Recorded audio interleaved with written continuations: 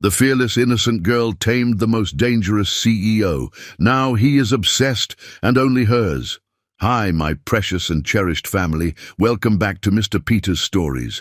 How my heart sings with pure joy to welcome you back to our sacred gathering at the home of the Peter Stories family, where love flows like a gentle river connecting all our souls. Seeing your beautiful spirits gathered here fills me with a warmth that could light up the darkest night. Before we weave today's tapestry of love, let us join our hearts in prayer. Dearest Heaven's Light, we thank you for blessing us with this magical moment where hearts beat as one. Let your divine love cascade through our spirits as we share stories that touch the deepest chambers of our souls. May every word we speak be a spark of hope, igniting joy in the gardens of each precious heart present. Amen. My beloved family, my heart still dances with the golden memories of Valentine's Day. When I beheld my darling Binta in her flowing white gown, time stood still. She was radiant with an ethereal beauty that surpassed even that magical moment 30 years ago when love first bloomed in my heart. The way love's light sparkled in her eyes reminded me that true love only grows more precious with each passing season. Would you allow me to share the enchanted tale of how destiny brought Binta and me together? How love transformed a shy man's whispered dreams into the courage to pursue an angel who walked on earth. Every precious moment is etched in the canvas of my heart with colors of pure joy. Please leave a gentle whisper of yes if you wish to hear our love story unfold. And tell me, are you still wrapped in the warm embrace of our family with Mr. Peter? How did love paint your Valentine's Day with its magical brush? Share with us the sweet surprises that made your heart flutter, for in this family every joy shared becomes a treasure for all. Shall we open the golden gates to our hearts and let today's story of love begin to bloom? With boundless love and tender care, Mr. Peter Stories.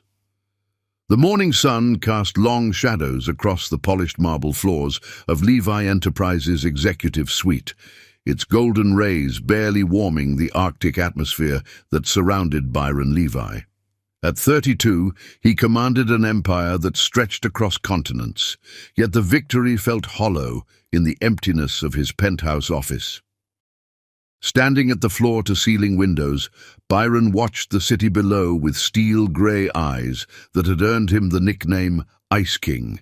His reflection stared back at him, impeccable in a custom charcoal suit that cost more than most people's monthly salary, dark hair perfectly styled, jawline sharp enough to cut glass. Power emanated from every inch of his 6'2" frame. The whispers of employees scattered like leaves when he walked through the halls. Some called him ruthless, others called him brilliant. All feared him. The world saw what he wanted them to see, a man carved from marble, untouchable and unbreakable. Marcus, his executive assistant of 5 years, appeared silently at his door. "Mr. Levi, your 9 a.m. appointment has arrived." Byron didn't turn. "Send them in." His voice carried the chill of a winter storm. The door opened, and the click of heels against marble broke the silence. Something in the rhythm made him turn, a confidence in those steps that few dared to display in his presence. Time stopped. Florrie Winter stood in his doorway, and for the first time in years, Byron felt something crack in his carefully constructed walls. She wore a crisp white blazer that complemented her honey-gold skin, her dark curls falling in perfect waves around a face that belonged in Renaissance paintings. But it was her eyes that caught him, amber flecked with gold, holding a quiet fire that challenged his ice. "Mr. Levi," she said, her voice rich and melodious, "I'm here about the Henderson merger." He gestured to the chair across from his desk, watching as she moved with natural grace. "Ms. Winter, your reputation precedes you. As does yours." A hint of amusement colored her tone. She placed a leather portfolio on his desk, her manicured fingers elegant against the dark surface. "Tell me what you found." He remained standing, using height to his advantage as he always did. Florrie met his gaze without flinching. Inconsistencies, the kind that could sink both our companies if we don't address them immediately. Byron moved closer, ostensibly to look at the document she was spreading across his desk. The subtle scent of jasmine and vanilla teased his senses. "Explain." She stood, eliminating the height advantage, and pointed to a series of numbers. Her proximity sent an unfamiliar jolt through his system. "These transactions don't match the reported earnings. Someone's hiding millions in offshore accounts." Her passion for the work showed in every gesture, every word. It awakened something in him, a recognition of kindred spirit perhaps, or something more dangerous. "How long have you been investigating this?" he asked, his voice lower than usual. 3 weeks. She turned to face him, and suddenly they were inches apart. "I don't sleep when something feels wrong." The air between them crackled with unspoken tension. Byron studied her face, noting the intelligence in her eyes, the determination in the set of her jaw, the softness of her lips. He stepped back abruptly. "We'll need to work closely on this." A smile played at the corners of her mouth. "Can you handle that, Mr. Levi?" The challenge in her voice stirred something primal in him. "The question is, Ms. Winter, can you?" She gathered her documents with deliberate slowness. "I guess we'll find out." As she moved toward the door, she paused. "One more thing, Mr. Levi." "Yes." "The Ice King reputation?" "I've worked with Winter before. It doesn't scare me." The door closed behind her, leaving Byron standing in an office that suddenly felt too warm. He loosened his tie, a gesture he hadn't made in years. Marcus appeared with a stack of papers. "Sir, the board is waiting for your decision on the Asian expansion." Byron turned back to the windows, seeing not the city, but the fire in Florrie's eyes. "Cancel my afternoon appointments, all of them, and get me everything we have on the Henderson merger." "Yes, sir." Marcus hesitated. "And Ms. Winter? Give her full security clearance. She'll be working directly with me on this." After Marcus left, Byron pressed his forehead against the cool glass. For the first time since building his empire, he felt his control slipping. One meeting with Florrie Winter had melted more of his defenses than anyone had in years. The thought should have terrified him. Instead, he felt more alive than he had in decades. He pulled out his phone and typed a message to his private investigator. "Full background check on Florrie Winter. Everything. Now." The response came quickly. "Sir, we already did when she was hired for the merger team. She's clean, brilliant academic record, stellar career trajectory. No scandals, no weaknesses to exploit." Byron deleted the messages. Of course, she was perfect. The universe wouldn't send anything less to challenge him. Walking to his private bar, he poured himself 2 fingers of scotch, something he never did during working hours. The liquid burned down his throat, but it didn't compare to the fire Florrie had ignited in his veins. The rest of the day passed in a blur of meetings and decisions, but his mind kept returning to her. The way she stood her ground, the grace in her movements, the fearlessness in her eyes. As night fell over the city, Byron remained in his office, her files spread across his desk. Harvard Business School with honors. 5 years at a top consulting firm, countless successful projects. But the papers told him nothing about the electricity he'd felt in her presence. His phone buzzed, a message from an unknown number. The Henderson numbers get worse after hours. Still awake? Despite himself, he smiled. Always. "Good, I'll be there in 20 minutes. Hope you like Thai food." Byron stared at his phone, realizing he'd just smiled for the first time in months. Running his fingers through his hair, he caught his reflection in the window. The Ice King looked different somehow. Less frozen, more human. The thought should have angered him. Instead, he found himself watching the clock, counting the minutes until Florrie Winter would walk back through his door and challenge everything he thought he knew about himself. 20 minutes suddenly felt like an eternity. The night stretched ahead, promising revelations both professional and personal.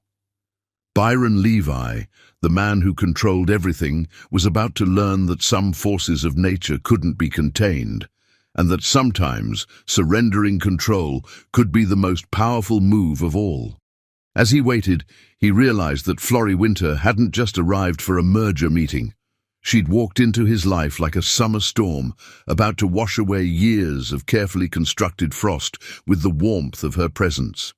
The Ice King's reign was about to face its greatest challenge, and deep down, in places he'd forgotten existed, Byron Levi welcomed the thaw.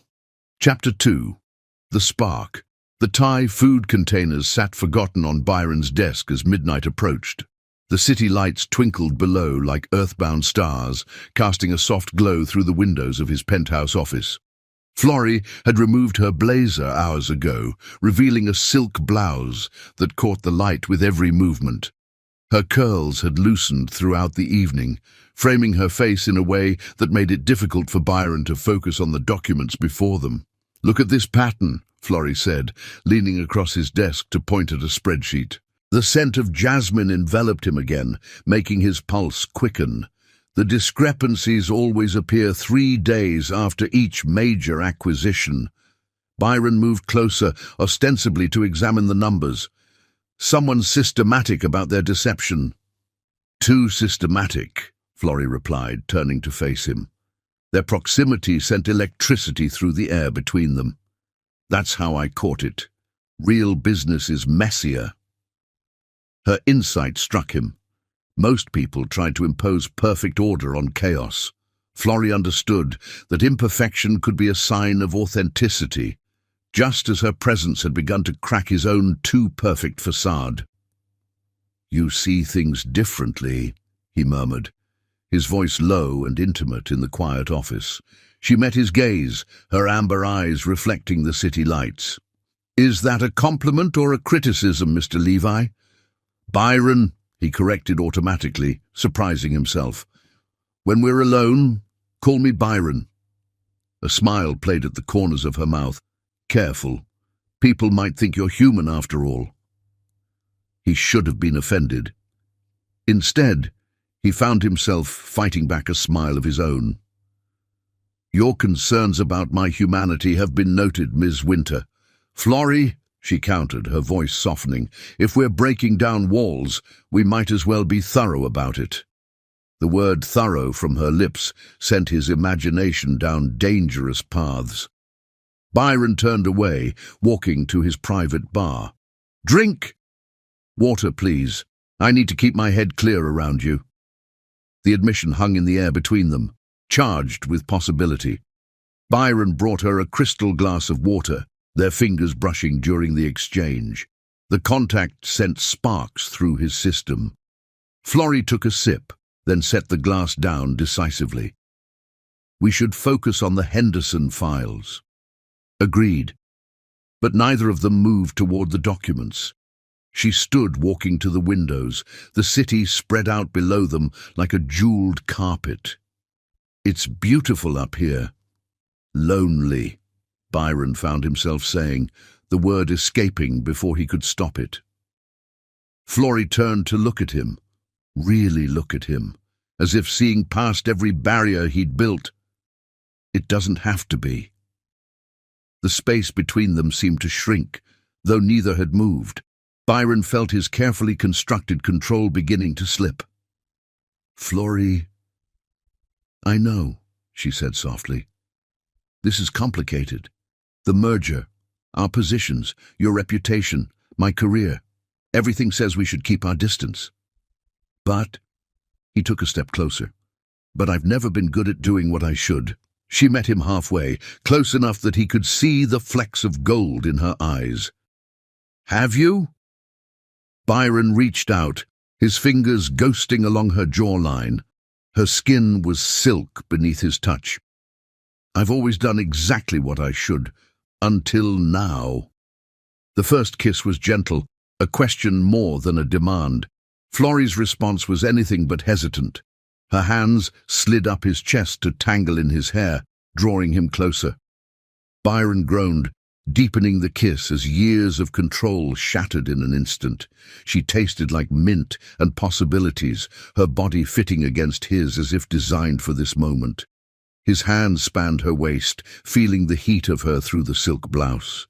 Every nerve ending came alive, singing with a desire he'd forgotten he could feel. Florrie pulled back first, her breathing uneven. "This changes everything." "Everything was already changing," Byron replied, his voice rough. "From the moment you walked into my office." She traced his lips with her finger, the simple touch sending shivers down his spine. "The Ice King melts, after all. Only for you." The words surprised him with their truth. A knock at the door made them spring apart. Marcus's voice came through. "Mr. Levi, the Tokyo office is on the line about the emergency board meeting." Byron ran a hand through his disheveled hair. 5 minutes, Marcus." When the footsteps faded, Florrie was already gathering her things, her movements precise but hurried. "We should have dinner with me," Byron said suddenly. "Tomorrow night. Away from the office, away from Henderson, away from everything." She paused, her blazer half on. "That's not a good idea." "I know." He moved closer, drawn to her like a moth to flame. "Have dinner with me anyway." Florrie looked up at him, conflict clear in her eyes. "You don't date employees." "I don't date anyone," he corrected, "but rules exist to be broken." A smile tugged at her lips.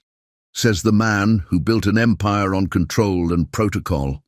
Says the woman who made me want to burn the rule book." He traced her cheekbone with his thumb. "Tomorrow night, 8 o'clock." She caught his hand, pressing a kiss to his palm that sent fire through his veins. "Pick me up at 7:30. I know a place." With that, she was gone, leaving behind only the lingering scent of jasmine and the memory of her touch. Byron stood in his office, his body humming with an energy he'd forgotten he could feel. The phone rang again, Tokyo waiting for their CEO. Byron straightened his tie, trying to force himself back into the role of Ice King, but the frost wouldn't come. Every time he closed his eyes, he saw Florrie's smile, felt her lips against his. Marcus appeared in the doorway. "Sir, Tokyo is getting impatient." "Handle it," Byron said, making a decision. "Tell them I'll review their concerns in the morning. But, sir, the protocol is changing." Byron gathered the Henderson files, his mind already on tomorrow night. Everything is changing. After Marcus left, Byron touched his lips, still feeling the ghost of Florrie's kiss. The Ice King's reputation had taken decades to build. She'd melted his defenses in a matter of hours. The thought should have terrified him. Instead, he felt more alive than he had in years. Tomorrow couldn't come soon enough. As he prepared to leave the office, Byron caught his reflection in the window. His hair was mussed, his tie askew, his eyes alive with an inner fire that had been missing for too long. He looked nothing like the careful, controlled CEO who had started the day. He looked like a man awakening from a long winter, ready to embrace the spring. The night air was cool as he walked to his waiting car, but Byron barely noticed.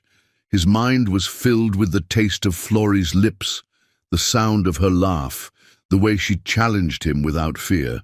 For the first time in years, he looked forward to tomorrow, not for the deals he would close or the power he would wield, but for the simple promise of seeing her again. The Ice King was thawing, and nothing would ever be the same.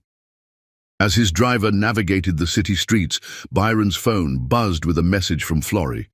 "Sweet dreams, Ice King. Tomorrow I'll show you how the other half lives." He smiled. Something he'd done more in the past few hours than in the past few years.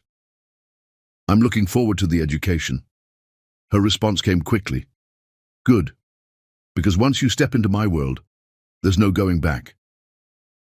Byron leaned back in his seat, his heart racing with anticipation. "I don't want to go back," he typed. "I want to go forward, with you." The three dots appeared and disappeared several times before her final message came through. "Then prepare yourself, Byron Levi. Tomorrow we break all the rules." The promise in those words carried him through the night, his dreams filled with amber eyes and jasmine perfume, with kisses that melted ice and touches that burned like fire. Tomorrow couldn't come soon enough. The Ice King was ready to burn. Chapter 3. Late Nights and Early Revelations. The restaurant Florrie chose was nothing like the elite establishments Byron frequented. Tucked away in a quiet neighborhood, Sophia's kitchen glowed with warm light and the aroma of home-cooked Mediterranean food. Byron had driven them there in his Aston Martin, foregoing his usual driver for privacy. Florrie wore a deep burgundy dress that made his mouth go dry, the silk clinging to her curves in ways that tested his legendary control. Her curls were loose tonight, falling past her shoulders in a cascade that caught the golden restaurant lights. "Not what you expected?" she asked as they were led to a corner table, intimate and away from prying eyes. "You never are," he replied honestly, pulling out her chair. The owner, Sophia herself, approached their table with a warm smile. "Florrie, tesoro, and you brought someone special." Byron watched in fascination as Florrie embraced the older woman, speaking rapid Italian that surprised him. The language flowed from her lips like music, adding another layer to her mystique. "I didn't know you spoke Italian," he said after Sophia left with their orders. Florrie's eyes sparkled over her wineglass. "There's a lot you don't know about me, Ice King. I want to learn everything." The intensity in his voice surprised them both. She set down her glass, studying him. "Why me, Byron? You've had countless beautiful women throw themselves at you. What makes me different?" Byron reached across the table, his fingers brushing hers. "You don't throw yourself at anything. You stand your ground. You challenge me. You see past the frost to something I'd forgotten existed." "And what's that?" "The man beneath the empire." He intertwined their fingers. "The heart under the ice." Florrie's thumb traced patterns on his palm, sending shivers up his arm. "Dangerous territory, Mr. CEO. Hearts can be broken. So can empires." He lifted her hand to his lips, pressing a kiss to her knuckles. "I'm willing to risk both." The candlelight caught the gold flecks in her eyes as she leaned forward. "Show me." Byron felt his pulse quicken. "Here. Take me home," she whispered. "Show me the man behind the throne." They barely tasted their food, the air between them electric with anticipation. Byron left enough cash to buy the restaurant twice over, earning a knowing smile from Sophia as they hurried out. The drive to his penthouse was torture, every red light an eternity. Florrie's hand rested on his thigh, her touch innocent yet maddening. The scent of her perfume filled the car, making it hard to focus on the road. In the private elevator to his apartment, Byron finally gave in to temptation. He pulled her close, his lips finding hers in a kiss that made his previous control seem like a distant memory. Florrie melted against him, her hands sliding under his jacket to feel the heat of him through his shirt. The elevator doors opened directly into his penthouse, but they barely noticed the panoramic city views. Byron's jacket hit the floor, followed by his tie. Florrie's fingers worked the buttons of his shirt with maddening slowness. "You're killing me," he groaned, as she pressed kisses to each inch of exposed skin. She looked up at him through her lashes, the mighty Byron Levi, undone by a simple touch. "Nothing about you is simple." He tangled his hands in her hair, tilting her face up for another searing kiss. They made their way to his bedroom, leaving a trail of clothing behind. The city lights painted patterns across Florrie's skin as she stepped out of her dress, the burgundy silk pooling at her feet. Byron's breath caught in his throat. "You're beautiful," he whispered, reverent. She moved closer, her heartbeat visible at the base of her throat. "Touch me." Byron traced the curve of her shoulder, down her arm, memorizing every inch. Her skin was silk beneath his fingers, warming at his touch. He could hear her breath quicken, feel the tremors that ran through her body. "I've dreamed of this," he admitted, pressing kisses along her collarbone. "Show me," she breathed, pulling him closer. The rest of their clothes fell away, barriers dropping like the walls around Byron's heart. He lifted her onto his bed, the black silk sheets a stark contrast to her golden skin. Her curls spread across his pillows like a dark halo. "You're sure?" he asked, hovering above her.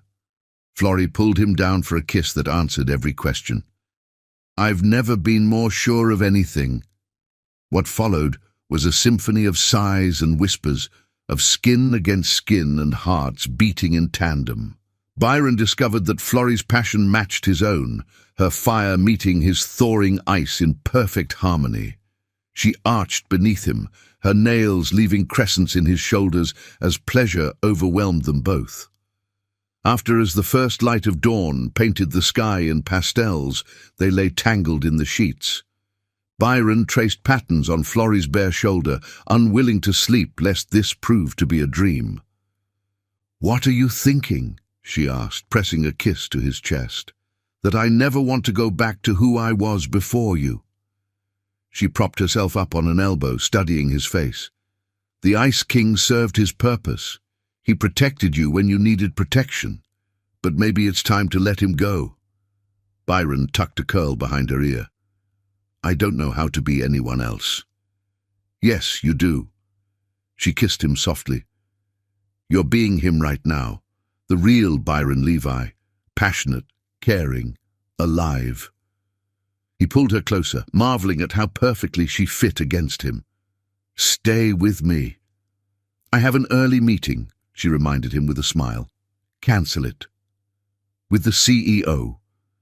I hear he's a ruthless taskmaster." Byron rolled them over, pinning her beneath him.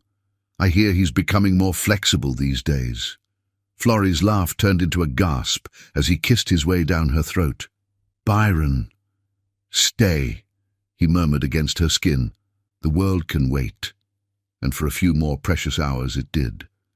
They made love again as the sun rose, slower this time, savoring every touch and taste.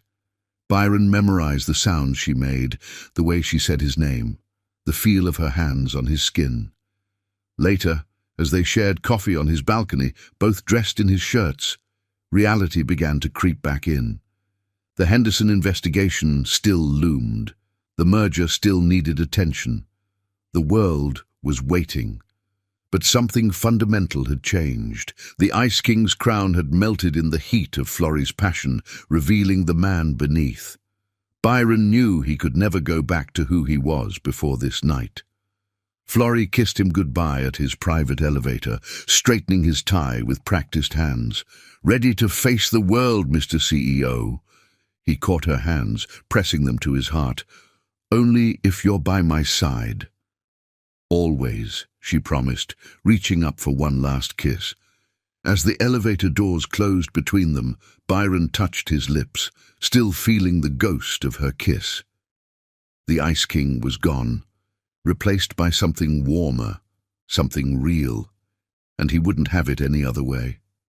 The day stretched ahead, full of meetings and decisions, but Byron's mind kept returning to the night before. To Florrie's skin in the moonlight, to her whispered words of passion, to the way she had seen through every defense, to the heart he'd forgotten he had. The world would have to adjust to this new version of Byron Levi. The frost had melted, replaced by a fire that burned brighter with every thought of Florrie. And somewhere in the building, wearing a fresh suit and carrying the memory of his touches, Florrie was smiling too. They had crossed a line, broken all the rules, and neither of them wanted to go back. The Ice King was dead. Long live the man who had taken his place, the man who had finally learned that true power lay not in control, but in surrender. to love. Chapter 4. The Wall Cracks. The morning after their night together, Byron arrived at the office earlier than usual. The sunrise painted his penthouse office in shades of gold that reminded him of Florrie's skin in the moonlight. His body still hummed with the memory of her touch, making it impossible to focus on the stack of contracts awaiting his signature. Marcus entered with his usual morning coffee, then stopped short. "Sir, are you humming?" Byron hadn't even realized he was making the soft sound. He cleared his throat. "The Tokyo numbers, Marcus." But his assistant remained frozen, staring at something even more shocking than the humming. "Sir, you're smiling." The observation made Byron's smile fade instantly, but the damage was done. His carefully crafted image of the Ice King was showing cracks, and all because of one woman who had melted through his defenses. "The Henderson investigation takes priority today," Byron said, trying to regain his stern demeanor. "Clear my schedule except for the merger team meetings." "Yes, sir." Marcus hesitated at the door. "And shall I have lunch sent up for 2? Byron's sharp look was met with careful neutrality. "That will be all, Marcus." Alone again, Byron walked to the windows, remembering how Florrie had stood here just hours ago, wearing nothing but his shirt and a smile. The memory made his blood heat, his body responding instantly to the thought of her. A knock at his door interrupted his reverie. "Enter." "Good morning, Mr. Levi." Her voice sent electricity down his spine. Byron turned to find Florrie standing in his doorway, looking impeccable in a deep blue suit that made his mouth go dry. Her hair was pulled back in a professional twist, but he could still see the marks his lips had left on her neck, carefully concealed with makeup. "Ms. Winter." His voice was rougher than usual. "You're early." She closed the door behind her, her heels clicking against the marble as she approached his desk. "I had motivation to start the day properly." The double meaning in her words made his pulse quicken. The Henderson files, among other things. She set her portfolio on his desk, then rounded it to stand before him. "You look tired, Mr. CEO. Rough night." Byron caught her wrist, pulling her closer. "The best night of my life." Florrie's professional facade cracked, revealing the passion he'd discovered beneath. "We should maintain boundaries at work." "Should we?" His thumb traced circles on her pulse point, feeling it jump beneath his touch. "Byron!" The warning in her voice was undermined by the way she swayed toward him. He released her, stepping back with effort. "You're right. Professional boundaries." She smoothed her jacket, but her eyes held promises for later. "The team meeting is in an hour. I found something in the Henderson subsidiaries that you need to see first." They managed to focus on work for approximately 10 minutes before Byron caught the scent of her perfume and lost his train of thought entirely. Florrie was pointing at something in the financial reports, but all he could see was the elegant line of her neck, remembering how it tasted. "You're not listening to a word I'm saying," she accused, turning to face him. "I'm trying," he defended, "but you're incredibly distracting." She raised an eyebrow. The great Byron Levi, distracted by a woman? "What would your shareholders say?" He caught her hand, bringing it to his lips. "They'd say I'm finally human." The moment heated quickly, professional boundaries forgotten, as Byron pulled her into his arms. The kiss was electric, charged with all the passion they'd discovered the night before. Florrie's hands slid inside his jacket, remembering exactly how to drive him wild. A knock at the door made them spring apart. Florrie quickly straightened her clothes while Byron tried to slow his racing heart. "Come in," he called, his voice only slightly unsteady. Marcus entered with a stack of reports, his eyes widening slightly at the flush in Florrie's cheeks and the disarray of Byron's tie. "Sir, the merger team is assembling early. They're quite excited about Miss Winter's findings. We'll be right there, Byron said dismissively. After Marcus left, Florrie touched up her lipstick using her phone's camera. This is going to be harder than I thought. Byron watched her, mesmerized by every movement. Worth it, though. She smiled, a private smile that made his heart race. Definitely worth it. Now focus. We have a company to save. The merger team meeting was torture. Byron sat at the head of the conference table, trying to concentrate on spreadsheets and profit projections while Florrie presented her findings. She was brilliant, commanding the room with natural authority that made him fall even harder. Every time she glanced his way, he remembered how she'd looked in the moonlight, how she'd whispered his name, how perfectly they fit together. The Ice King's reputation was definitely in danger. After the meeting, they managed to maintain professional distance for almost 2 hours before Byron caught Florrie alone in the file room. What started as a discussion about offshore accounts ended with her pressed against the shelves, his hands in her hair, her legs wrapped around his waist. "We can't keep doing this," she gasped as he kissed her neck. "We absolutely can," he countered, finding that sensitive spot behind her ear that made her moan. "Byron, the Henderson investigation can wait." He captured her lips again, drowning in the taste of her. They were interrupted by voices in the corridor, forcing them to separate quickly. Florrie straightened her clothing while Byron tried to fix his hair. "Tonight," he promised as they slipped out separately, "my place." The rest of the day passed in a blur of stolen glances and hidden touches. The entire office was buzzing with whispers about the change in their fearsome CEO. The Ice King was smiling, laughing even. The world was surely ending. By evening, Byron had given up any pretense of work. He stood at his windows, watching the sunset paint the sky in shades of purple and gold. The door opened behind him, and he knew without turning that it was Florrie. "Your assistant is terrified," she said, amusement in her voice. "Apparently you've been acting strange all day." Byron turned to face her, drinking in the sight of her. She'd let her hair down, the curls he loved framing her face. "Strange how?" "Well, you said please in a meeting, and you didn't make anyone cry during the budget review." She moved closer, her hips swaying hypnotically. "They think you've been replaced by a pod person." He caught her hands, pulling her against him. "Maybe I have been. Maybe the real Byron Levi was just waiting for the right person to wake him up." Florrie's eyes softened. "And have I woken you up?" Instead of answering, Byron kissed her with all the passion he'd been holding back all day. She melted against him, her body molding to his as if they'd been designed for each other. Her hands made quick work of his tie and jacket, while his fingers found the zipper of her dress. "Wait!" she gasped, as he kissed down her neck. "The windows!" Byron reached behind him, pressing a button that instantly frosted the glass. "Better." She smiled against his lips. "Much." Her dress fell away, revealing midnight blue lingerie that made his breath catch. "You planned this." "Maybe." She started unbuttoning his shirt.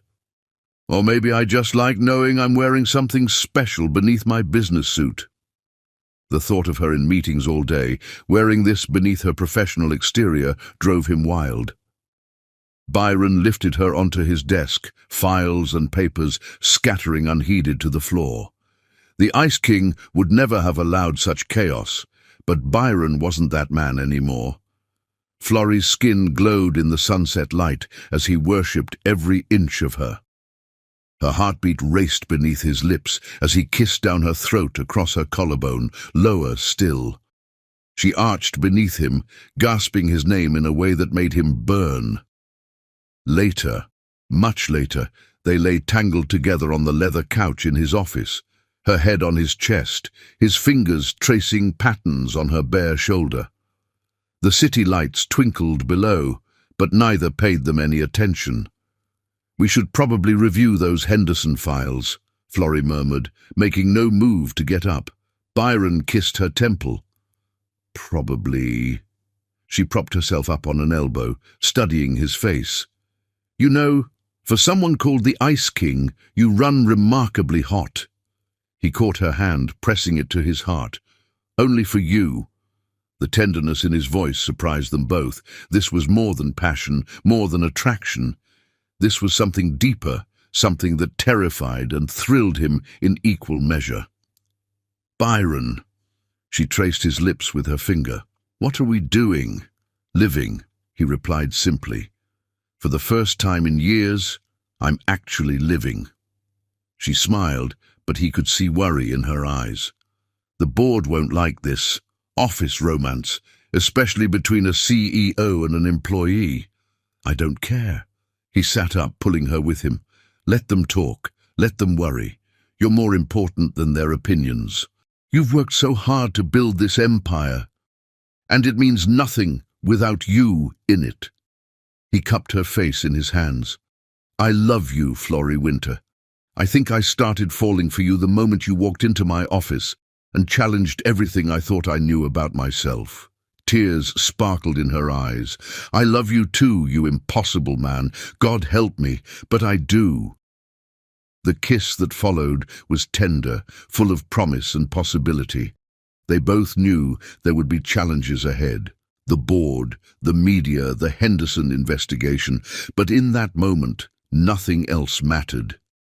The Ice King was well and truly gone, replaced by a man who had discovered that real power lay not in control, but in the courage to be vulnerable, in the strength to let love in. As the night deepened around them, Byron held Florrie close, listening to her heartbeat sync with his own.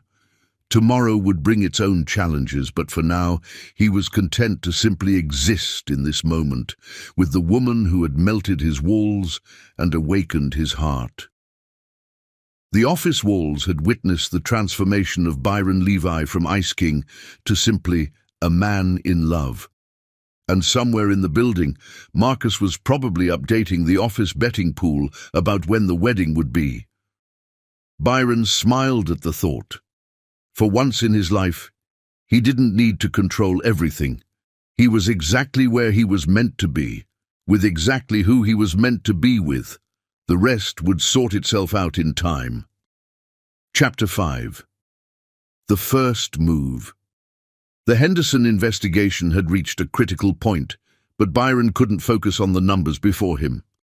His mind kept drifting to Florrie, to their shared nights, to the way she'd transformed his world. 3 weeks had passed since their first kiss, and each day brought new revelations. The morning sun streamed through his office windows as he read her latest message, meeting with Tokyo branch. Missing you already. A smile tugged at his lips, something that happened frequently these days, to his staff's ongoing bewilderment. The Ice King's transformation was the talk of the office, though no one dared mention it to his face. Marcus entered with the morning reports, trying not to react to his boss's obvious distraction. Sir, the board is requesting an update on the Henderson situation. Byron straightened in his chair, forcing himself to focus. Schedule it for tomorrow. And Marcus? Yes, sir? Have flowers delivered to the Tokyo conference room. White orchids. Marcus's pen paused over his notepad. Any message, sir? Byron thought for a moment. Simply sign it B. After Marcus left, Byron returned to the Henderson files, but his mind wandered to the previous night. Florrie had stayed over at his penthouse again, and he'd woken to find her wearing his shirt, making coffee in his kitchen. The domesticity of the moment had stirred something deep within him, a longing for permanence. His phone buzzed with a photo, white orchids on the conference table with Florrie's message beneath. You're impossible and wonderful. Come over tonight, he typed back. Can't. Dinner with my grandmother. She's in town. Byron's heart skipped. Her grandmother. The woman who'd raised her after her parents' death. the woman whose opinion meant everything to Florey. "Bring her to dinner," he found himself typing. "Let me meet her." The three dots appeared and disappeared several times before her response came. "Are you sure? This is a big step." "I'm sure about you, about us. Let me do this." Another pause. Then, "She'll ask about your intentions." Byron smiled. "Good. I have some intentions I'd like to discuss." In the Tokyo conference room, Florey stared at her phone, her heart racing.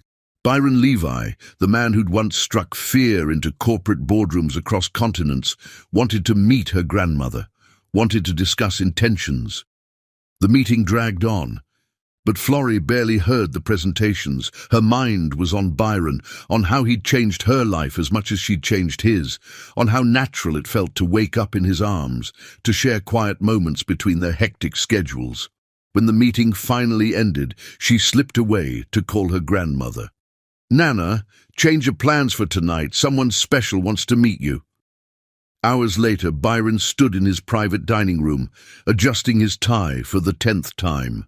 He'd chosen this space over a restaurant, wanting privacy for this important moment. The chef he'd hired had prepared traditional South African dishes alongside modern cuisine, hoping to honor both worlds. The elevator chimed and Byron's heart stopped. Florey stepped out first, stunning in a deep green dress that made her skin glow. Behind her came an elegant woman with silver-streaked hair and eyes that held both wisdom and sharp intelligence. "Nana," Florey said, taking Byron's hand, "this is Byron Levi." "Ma'am." Byron stepped forward, extending his hand. "Thank you for coming." Grace Winter studied him with penetrating eyes. "So you're the man who's been keeping my granddaughter up late with merger investigations." "Nana!" Florey blushed, but Byron saw the hint of amusement in the older woman's eyes. "Among other things, yes." Grace's eyebrow rose at his honesty. "Well, at least you're direct. Shall we sit?" Over dinner, Byron found himself genuinely enchanted by Grace. She shared stories of Florey's childhood in South Africa, of her determination to succeed in a world that often underestimated her. In return, Byron opened up about his own past, his parents' death, raising his sister, building his company from nothing. "You've done well for yourself," Grace observed, sipping her wine. "But success isn't everything." "I'm learning that," Byron replied, his eyes meeting Florey's across the table. "Your granddaughter is teaching me what really matters." Grace set down her glass. "And what are your intentions toward my granddaughter, Mr. Levy?"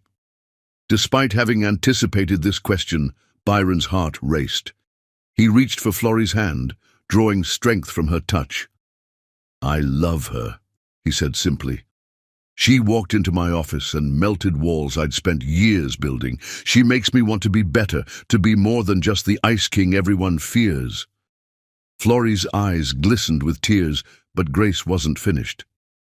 "Love is beautiful," she said carefully, "but it doesn't pay bills or build futures. What can you offer her besides wealth and status?" "Nana," Florey protested, but Byron squeezed her hand. "I can offer her partnership," he said firmly, "equality, support for her dreams and ambitions. I don't want to own her or control her. I want to build a life with her." Grace's expression softened. "And the board? The media? An interracial relationship between a CEO and an employee will create talk. Let them talk." Byron's voice held steel. "I built my empire from nothing. I can do it again if necessary. But I won't lose Florey to satisfy other people's prejudices." A smile finally graced the older woman's features. "Good answer." After dessert, Grace excused herself to powder her nose, leaving Byron and Florey alone for a moment. "You're amazing," Florey whispered, kissing him softly. "She loves you already." Byron pulled her closer, breathing in her familiar scent. "I meant every word I said." "I know." She touched his face tenderly. "That's why I love you." When Grace returned, she carried herself with new purpose. Well, children, I believe my work here is done. So soon? Florrie asked. I've seen what I needed to see. Grace hugged her granddaughter, then turned to Byron. Take care of her heart, Mr. Levi. It's more precious than all your companies combined. I will, he promised solemnly, with everything I am. After they'd said their goodbyes and the elevator doors closed behind Grace, Byron pulled Florrie into his arms. Stay tonight? She pretended to consider it. I don't know. My grandmother might not approve. Byron laughed, a sound that was becoming more frequent these days. Somehow, I think she does approve. Florrie began loosening his tie. Then I suppose I could stay. They barely made it to the bedroom, leaving a trail of clothing in their wake.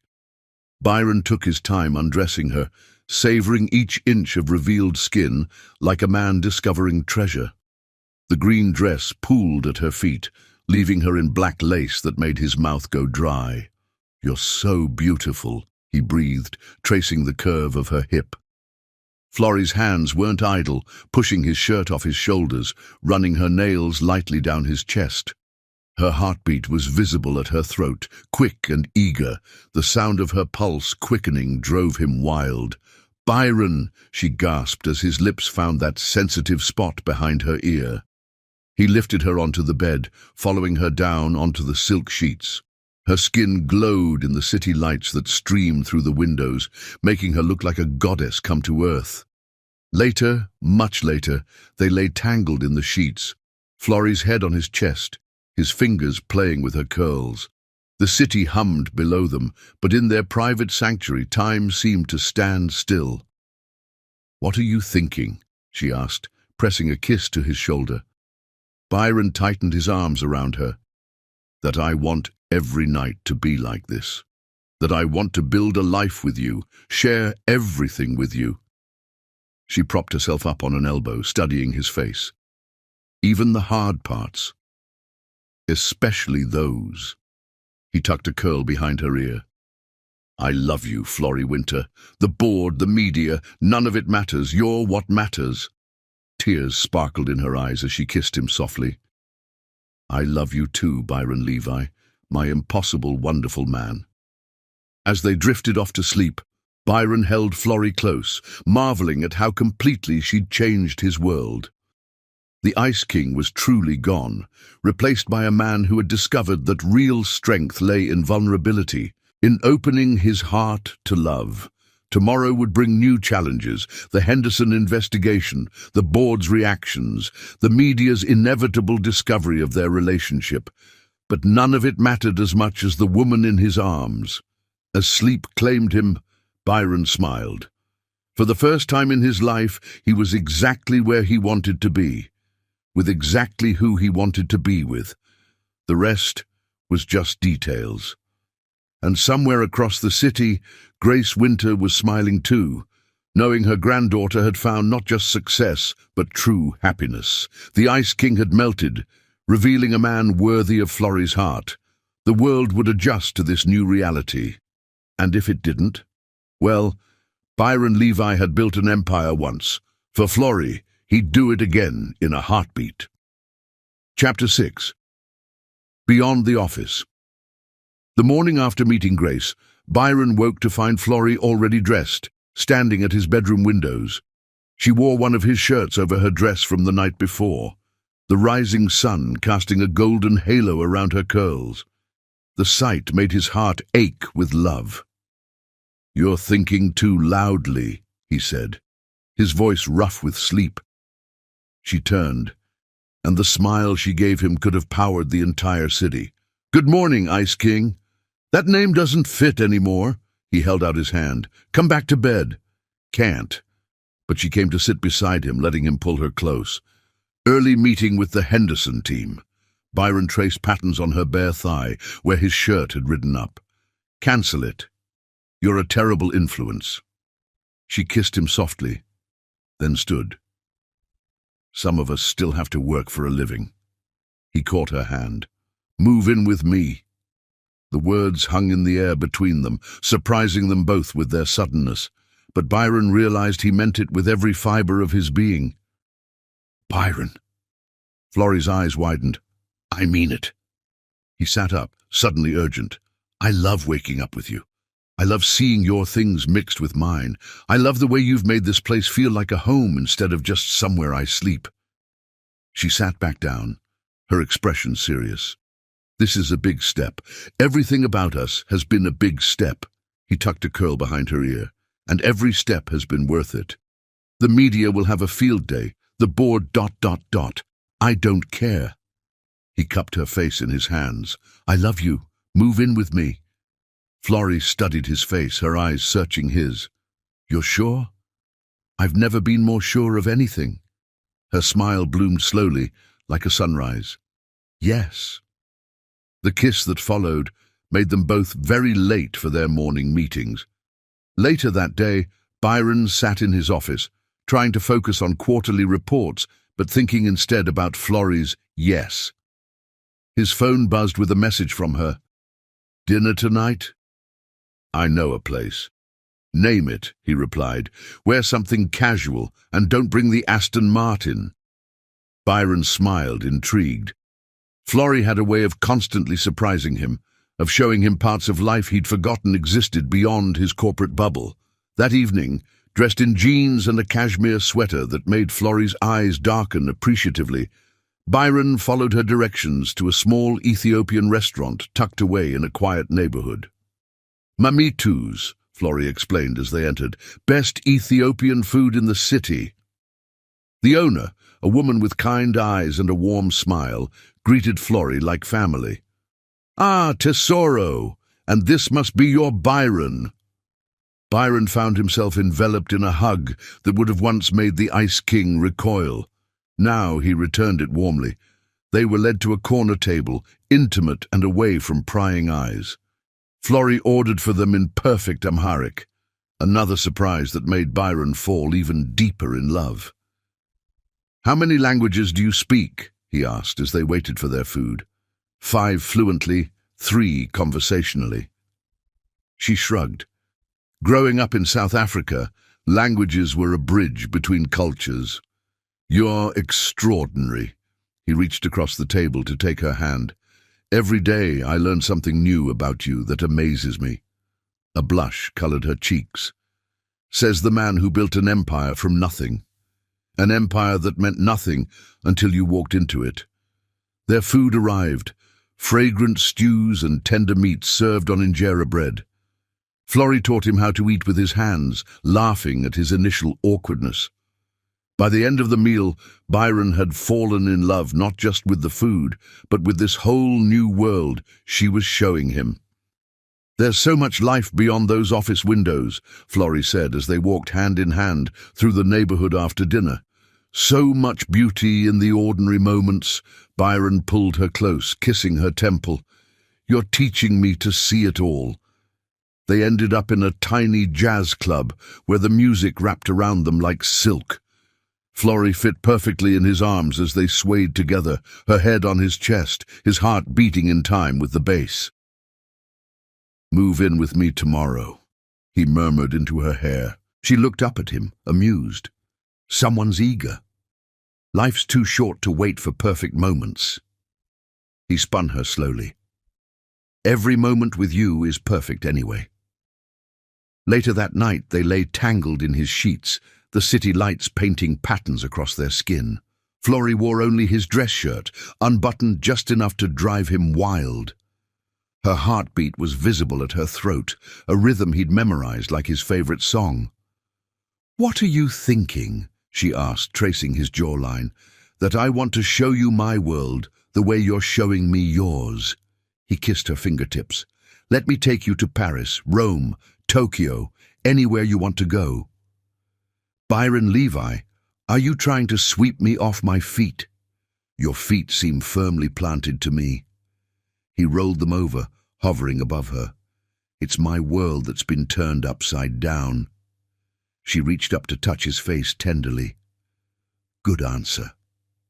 The kiss that followed was slow and deep, full of promises for the future. Byron took his time undressing her, worshipping every inch of golden skin revealed. Her sighs and whispers were a symphony he never tired of conducting. "Byron," she gasped, as his lips found that sensitive spot behind her ear. He could feel her pulse racing beneath his touch, her body arching into his with perfect synchronicity. The Ice King would have maintained control, would have held back. But Byron was done with walls and barriers. Later, much later, they lay catching their breath, Florrie's curls spread across his chest like a dark river. The city hummed below them, but in their private sanctuary, time seemed to stand still. "I love you," Florrie whispered into the darkness. Byron pulled her closer, his heart full to bursting. "I love you more than I knew was possible." Morning found them tangled together, the sunrise painting Florrie's skin in shades of gold.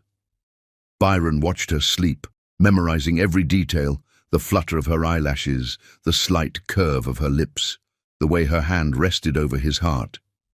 His phone buzzed with early morning business calls, but for once, Byron Levi, CEO of a global empire, let them go to voicemail. Some moments were too precious to interrupt. Florrie stirred, her eyes opening slowly. "You're staring." "Admiring," he corrected, kissing her softly. She stretched like a cat, the movement making his shirt ride up her thighs. "What time is it?" "Time for breakfast." He traced patterns on her bare shoulder. "Or we could stay in bed all day." Tempting. She propped herself up on an elbow. "But some of us have empires to save, remember? The Henderson investigation, reality intruding on their perfect morning." But even that couldn't dim the joy Byron felt knowing this woman would be coming home to him every night. "Shower with me?" he suggested, his hands already wandering. Florrie's laugh turned into a gasp as his fingers found sensitive skin. "You're insatiable." "Only for you." They barely made it to the office by 9, but Byron couldn't bring himself to care. The Ice King would have been appalled at such unprofessional behavior. But the Ice King had never known the warmth of Florrie's smile, the taste of her kisses, the way she made the world brighter just by existing in it.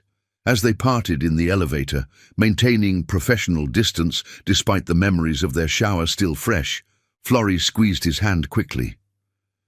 "Tonight we pack my apartment," she said with a smile. Byron's heart soared. "I'll send movers." "No." She shook her head. "We do this together, the real way." As the elevator doors closed between them, Byron touched his lips, still feeling the ghost of her kiss. She was right, of course. Some things were worth doing the real way, worth experiencing fully instead of delegating. The day stretched ahead, full of meetings and decisions, but Byron's mind kept returning to Florrie, to the life they were building together, to the way she was teaching him to see beauty in the ordinary moments.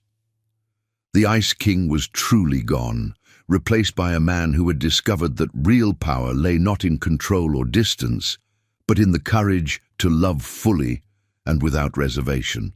And somewhere in the building, Florrie was smiling too, her hand touching the key to their home that Byron had given her that morning. They were building something rare and precious, a love that bridged worlds, that melted ice and kindled fire. Tonight, they would pack her apartment together. Tomorrow, they would face whatever challenges came their way, but they would face them together, and that made all the difference. The world would have to adjust to this new reality. The Ice King had found his queen, and nothing would ever be the same. Chapter 7. Storm Clouds. The Henderson investigation had reached a critical point just as Florrie finished moving into Byron's penthouse. Their personal happiness was at its peak, but dark clouds were gathering on the horizon. Byron stood at his office windows, reading an anonymous email that had just arrived. "Back off the Henderson investigation, or everyone learns about your affair with the employee who's feeding you false information." His hands clenched into fists. They were threatening Florrie. The Ice King would have calculated the business implications, weighed the pros and cons. But Byron felt only rage at the threat to the woman he loved. His phone buzzed. Florrie. My office. Now someone's been in my files. Byron was moving before he finished reading the message. He found Florrie in her office, her normally perfect composure shaken.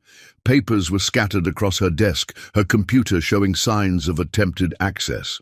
Someone's trying to discredit the investigation, she said as he closed the door. They're painting me as a corporate spy. Byron pulled her into his arms, feeling her tremble slightly. Let them try. We have proof. It's not that simple. She pulled back to look at him. They're threatening to expose us to the board. Your reputation. I don't care about my reputation. He cupped her face in his hands. I care about you. She leaned into his touch. Byron, they're powerful people. The Henderson family has connections everywhere. So do I. He kissed her forehead. And unlike them, I have nothing to hide. A knock interrupted them. Marcus entered with a thick envelope. Sir, this just arrived by courier. Inside were photos. Byron and Florrie at dinner, holding hands in the jazz club, kissing on his balcony. Along with them, doctored financial records suggesting Florrie had been planted to destroy both companies. They've been watching us, Florrie whispered, her hands shaking as she looked at the photos. Byron's fury rose, but he kept his voice steady. Move security to your office. No one comes in without clearance. I can take care of myself, she protested. I know you can. He pulled her close again. But I can't lose you. Please, let me protect you. She studied his face, seeing the fear beneath his control.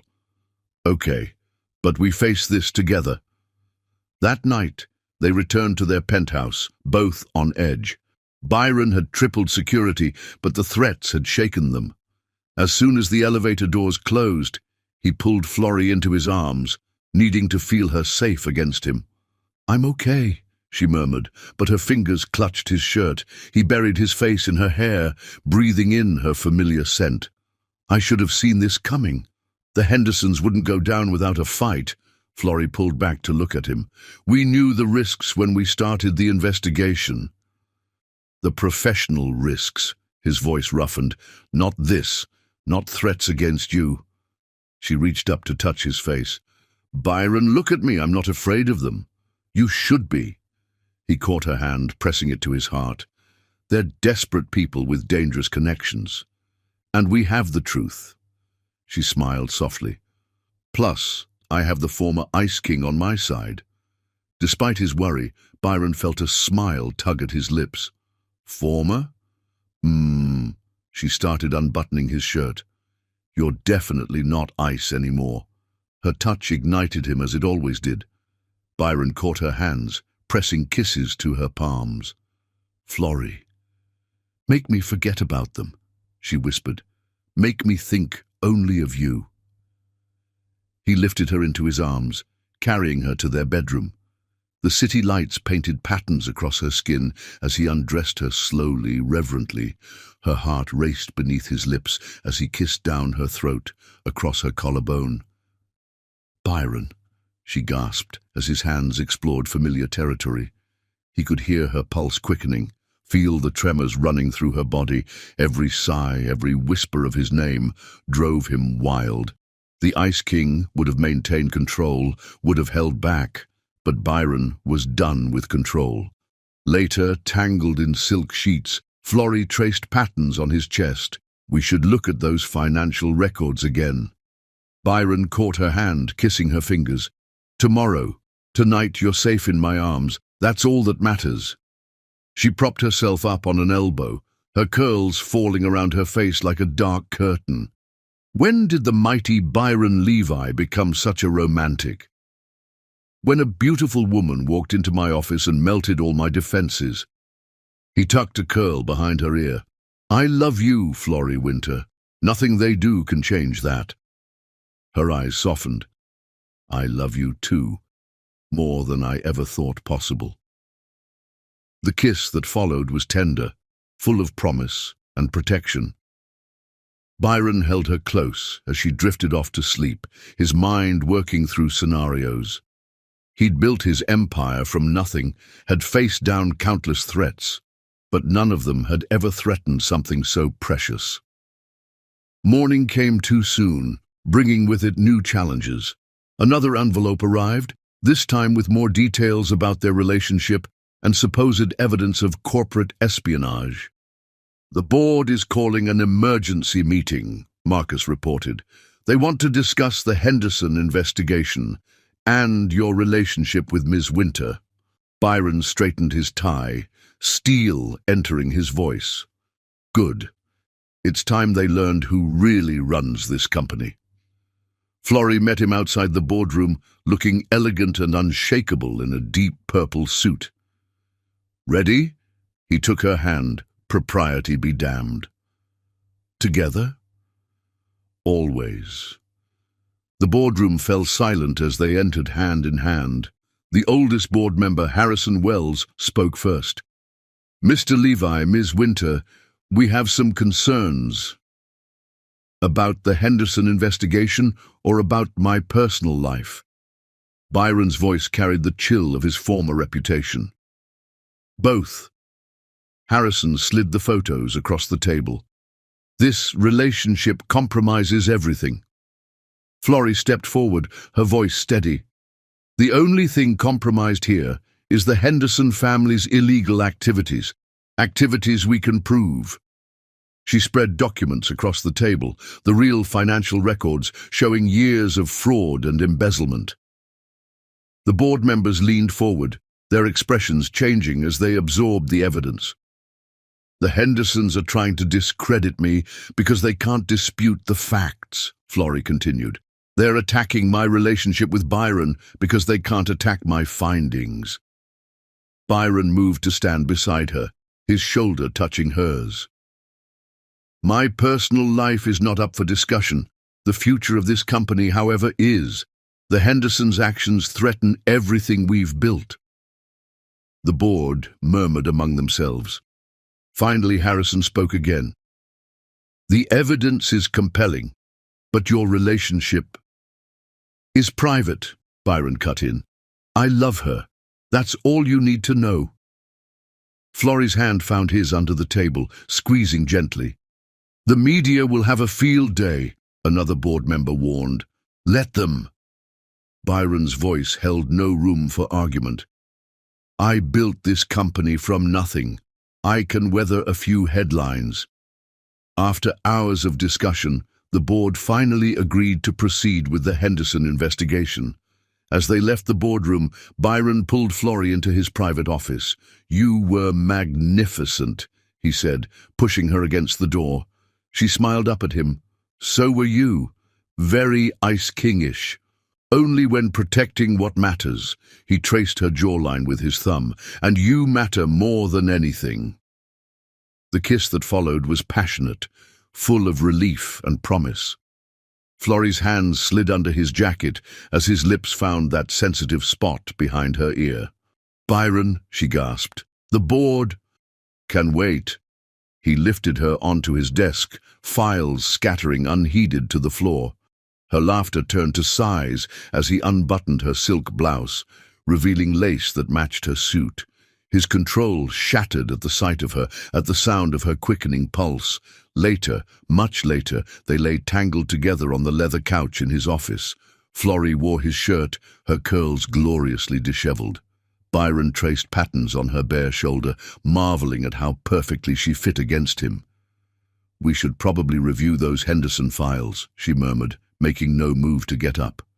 Byron kissed her temple. "Probably, but first." His phone buzzed, another anonymous threat. But this time, neither of them felt afraid. They had faced down the board together. They could face anything. "Let them try," Florrie said, reading the message over his shoulder.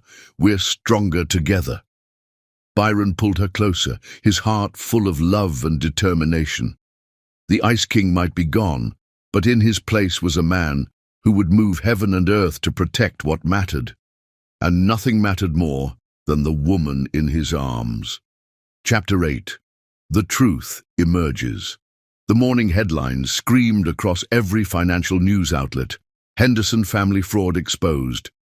Byron stood at his office windows, watching the sunrise paint the city gold, while his phone buzzed constantly with messages from reporters, board members, and industry leaders. But his attention was focused entirely on Florrie, who sat at his desk, reviewing the final evidence they would present to the authorities. She wore a deep blue dress that made her skin glow, her curls pulled back in an elegant twist that made him want to undo it slowly, piece by piece. "The SEC will be here in an hour," she said, looking up to catch him staring. "You should probably stop undressing me with your eyes and focus on the presentation." He smiled, moving to stand behind her chair. "I can multitask." Florrie leaned back against him, letting out a small sigh as his hands massaged her shoulders. "You're impossible." "You love it." He bent to kiss her neck, inhaling the jasmine scent that drove him wild. "Byron." But her protest turned into a soft moan as his lips found that sensitive spot behind her ear. A knock at the door made them spring apart. Marcus entered with a stack of newspapers and a knowing smile. "Sir, Miss Winter, the SEC team has arrived early." Byron straightened his tie while Florrie gathered the files. "Show them to the main conference room." The next few hours were a whirlwind of presentations, questions, and detailed financial analysis. Florrie commanded the room, her intelligence and preparation leaving no doubt about the validity of their findings. Byron watched her with pride and growing desire as she systematically destroyed the Henderson family's criminal empire. "The pension funds will be protected," one SEC investigator asked. "Completely," Florrie assured them. "We've already secured the assets and created a plan for full restitution." After the SEC team left, promising swift action, Byron pulled Florrie into his private office. "You were magnificent." She smiled up at him, her eyes bright with triumph. "We did it. We actually did it." "You did it." He cupped her face in his hands. "You saved thousands of people's retirements. You brought down one of the most powerful families in the country." "We did it together." She rose on tiptoes to kiss him softly. "The Ice King and his queen." Byron growled at her teasing tone, backing her against his desk. "I'll show you who's ice." His phone buzzed, a message from James Henderson himself. "You'll regret this, Levi. Both of you." Florrie read it over his shoulder, her body tensing. "They won't go down quietly." "Let them make noise." Byron deleted the message. "We have truth on our side, and each other." She studied his face. "You're really not worried?" "About the Hendersons?" "No." He pulled her closer. "About losing you? Terrified?" "Byron." Her eyes softened. "You're not going to lose me." He buried his face in her hair, breathing her in. "Promise." "Promise." She pulled back to look at him, her hands framing his face. "I love you, you impossible man. Nothing the Hendersons or anyone else does can change that." The kiss that followed was deep and hungry, full of relief and celebration and need. Byron lifted her onto his desk, files scattering unheeded to the floor. Florrie's hands made quick work of his tie and jacket, while his fingers found the zipper of her dress. "Here?" she gasped, as his lips traced down her throat. "Here." He pushed the dress off her shoulders, revealing midnight blue lace that made his mouth go dry. "Now." Her laugh turned into a moan as his hands and lips explored familiar territory. He could hear her heart racing, feel the tremors running through her body as she arched against him. The Ice King would have maintained control, would have waited until they were home. But Byron was done with waiting. Later, much later, they lay tangled together on the leather couch in his office. Florrie wore his shirt, her curls gloriously disheveled. Byron traced patterns on her bare shoulder, marveling at how perfectly she fit against him. "We should probably get back to work," she murmured, making no move to get up. "Probably." He kissed her temple. Or we could celebrate properly. She propped herself up on an elbow, studying his face. What did you have in mind? Paris. He tucked a curl behind her ear. Rome. Anywhere you want to go. Let me show you the world properly, not just through business meetings. Florrie's eyes lit up. Really? You'd take time off. For you, he kissed her softly. I'd move mountains. They were interrupted by another knock. Marcus again. Sir, the board is requesting an emergency meeting. Byron sighed against Florrie's lips. Tell them 1 hour. After Marcus left, Florrie started gathering her clothes. They'll want to discuss damage control. Let them discuss it. Byron watched her dress, already missing the feel of her skin. We did the right thing. She finished buttoning her dress, then came to straighten his tie. The right thing isn't always the easy thing. Nothing worth having ever is. He caught her hands, pressing them to his heart. But you make everything worth it. The board meeting was tense but ultimately supportive. The evidence against the Hendersons was irrefutable, and the public relations boost from exposing the fraud would more than offset any temporary market turbulence. Ms. Winter, Harrison Wells said as the meeting concluded, the board owes you an apology. Your relationship with Mr. Levi had no bearing on your excellent work. Florrie smiled graciously. Thank you, Mr. Wells, though I think you'll find that relationship has made both of us better at our jobs. Byron squeezed her hand under the table, pride and love swelling in his chest. That night, they celebrated properly at home. Byron had arranged for their favorite chef from Sophia's to cater a private dinner on their balcony. Candles flickered in the evening breeze as they toasted their victory. To bringing down the bad guys, Florrie said, raising her champagne glass. To us, Byron countered, clinking his glass against hers. She set down her glass, moving to sit in his lap, to love melting ice. His hands settled on her hips as she straddled him, to fire warming cold hearts. The kiss tasted of champagne and triumph. Byron stood, lifting her with him. Florrie wrapped her legs around his waist as he carried her to their bedroom, leaving dinner forgotten on the balcony. The city lights painted patterns across her skin as he undressed her slowly, reverently. Her heart raced beneath his lips as he kissed down her throat across her collarbone, lower still. Every sigh, every whisper of his name drove him wild.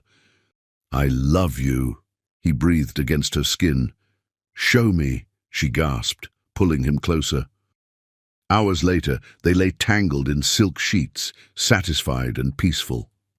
Florrie traced the lines of his face with gentle fingers. What are you thinking? She asked.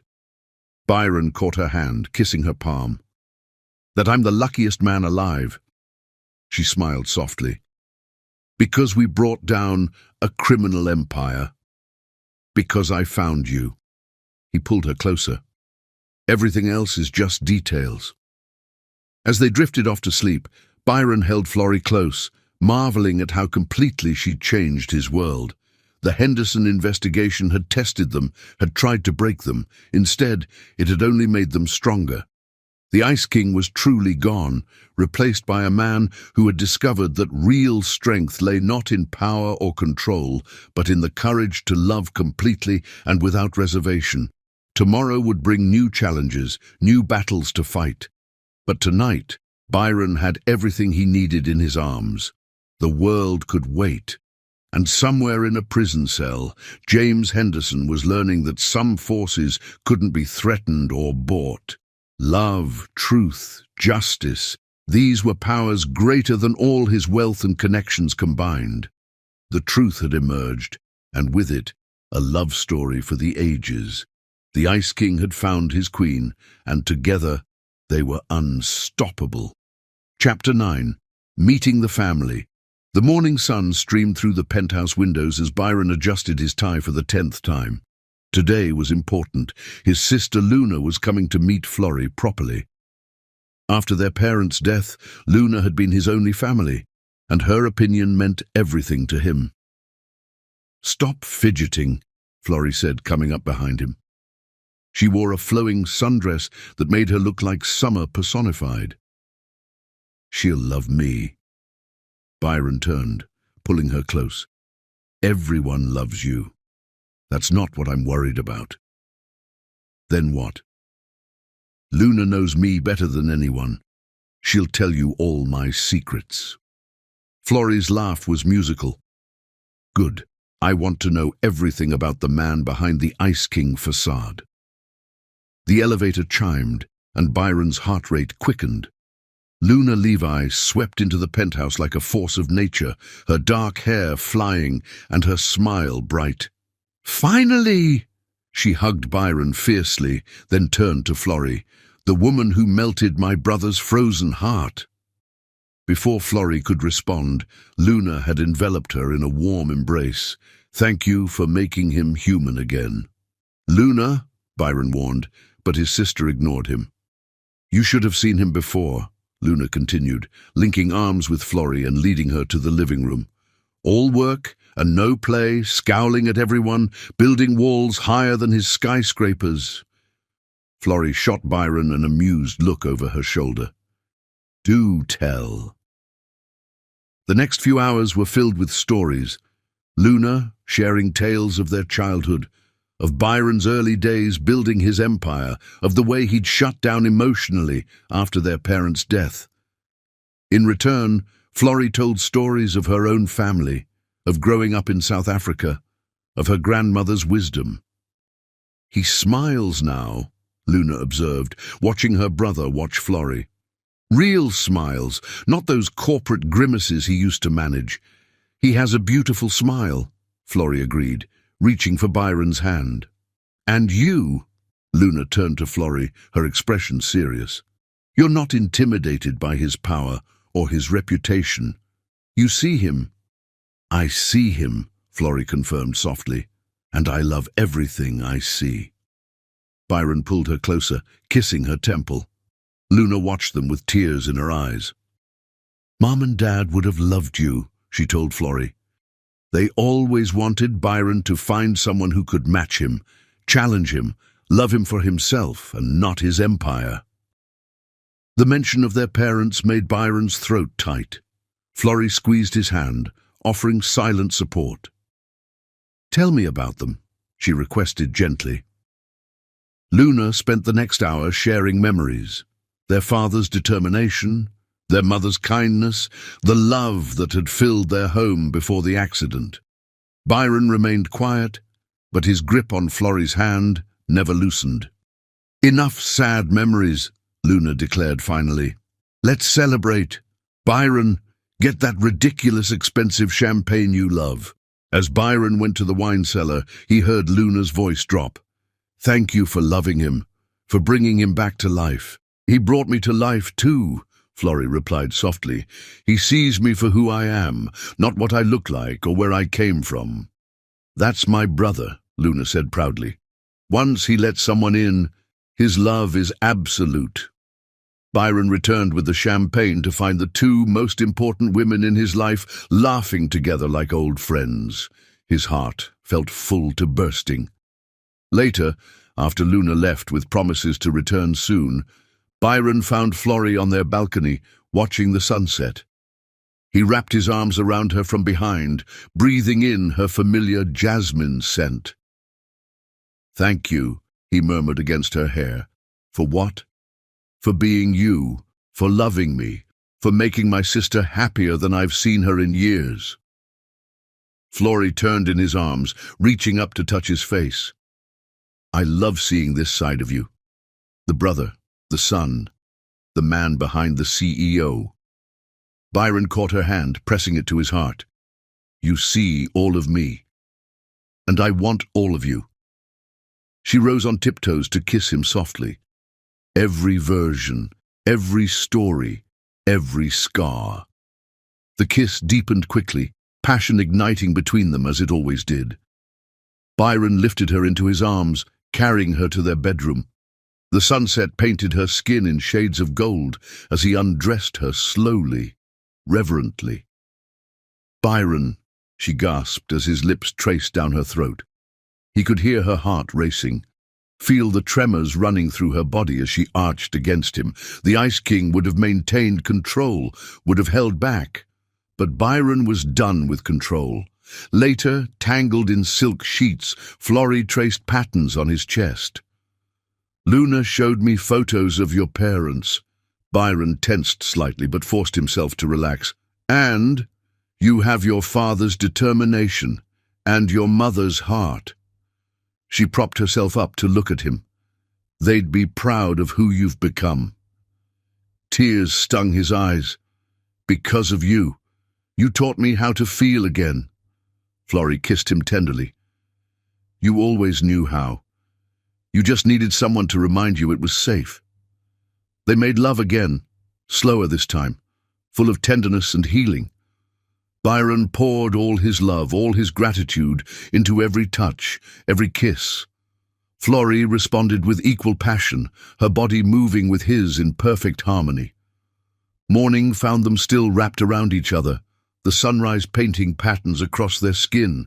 Byron watched Florrie sleep, his heart full of love and possibility. Luna had been right. Their parents would have loved her. They would have seen what he saw, a woman of incredible strength and beauty whose fire had melted his ice and awakened his heart. As Florrie stirred, her eyes opening slowly, Byron knew with absolute certainty that she was his future. The Ice King's empire meant nothing compared to the kingdom they were building together, a kingdom of love, trust, and family. "What are you thinking?" she asked, her voice soft with sleep. Byron pulled her closer, kissing her forehead. "That I want to spend the rest of my life with you." Florrie's eyes widened as she processed his words. "Byron. Not a proposal. Not yet." He tucked a curl behind her ear. "But soon, when the time is right, when I can give you the moment you deserve." She smiled, that radiant smile that had first melted his defenses. "I don't need grand gestures or perfect moments. I just need you. You have me." He kissed her softly, always and completely. As they lay there, planning their future in whispers and kisses, Byron felt truly at peace. The Ice King was gone, replaced by a man who had rediscovered not just love, but family, connection, and joy. And it was all because of the extraordinary woman in his arms, who had walked into his office and changed everything. The world could wait. This moment was perfect, exactly as it was. Chapter 10. The Choice. The call came at 3 in the morning. Byron woke to find Florrie sitting up in bed, her phone pressed to her ear, her face pale in the moonlight. "I'll be there as soon as I can," she said, her voice trembling. "Just keep her comfortable." Byron sat up, pulling her into his arms. "What's wrong?" "My grandmother." Tears sparkled in her eyes. "She's in the hospital in Cape Town. They're not sure." "I'll have the jet ready in an hour," he said immediately. Florrie looked up at him, surprised. "Byron, you have the merger negotiations." "They can wait." He was already reaching for his phone. "Family can't." Within the hour, they were in his private jet, heading for South Africa. Florrie wore one of his sweaters over her travel clothes. Looking small and vulnerable in a way he'd never seen before, Byron held her close as she finally let herself cry. "She raised me after my parents died," she whispered into his chest. "She's everything to me. Then she's everything to me too." He kissed her temple. "Try to rest, love. We'll be there soon." But neither of them slept. As the sun rose over the Atlantic, Florrie told him stories about her grandmother.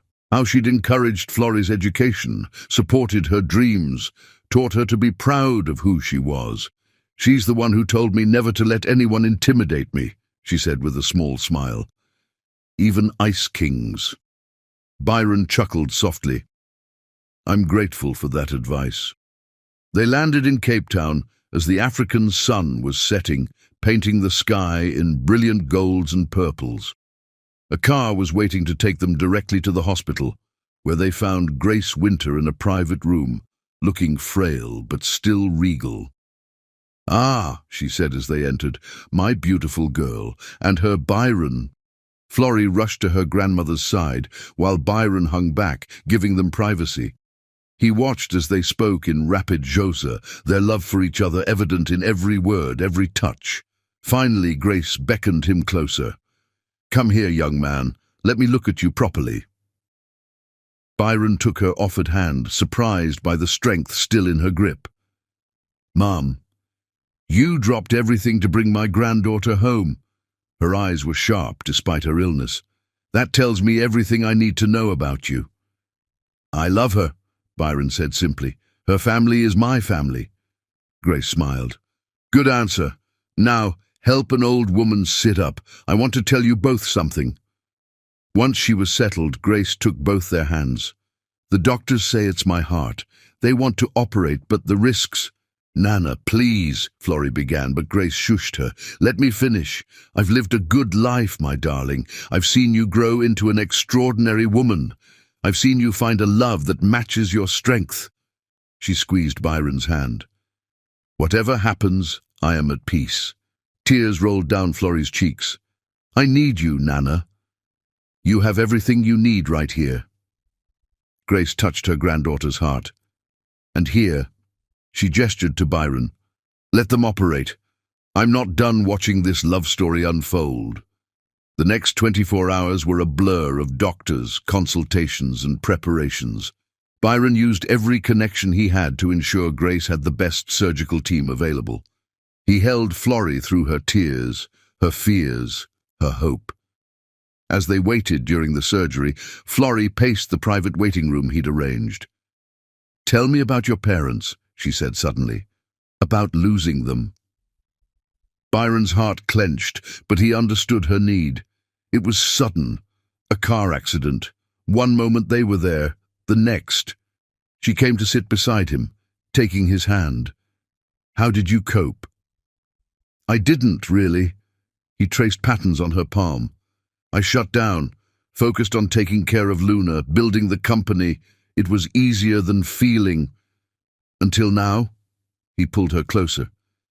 "Until you walked into my office and made me feel everything." She buried her face in his neck, breathing him in. "I can't lose her, Byron." "You won't." He kissed her hair. "Your grandmother is as strong as you are. She'll fight." Hours passed. Byron ordered food that neither of them ate. He handled business calls and emails one-handed, his other hand never leaving Florrie's. Finally, the surgeon appeared. "The operation was successful. She's strong, your grandmother." Florrie collapsed against Byron, sobbing with relief. He held her close, his own eyes wet with tears of gratitude. They spent the next week in Cape Town, dividing their time between the hospital and Florrie's childhood home. Byron worked remotely, handling the merger negotiations via video conference while Florrie helped her grandmother recover. One evening, he found them on the house's wraparound porch, speaking softly in Xhosa. The setting sun made Florrie's skin glow, and his heart swelled with love.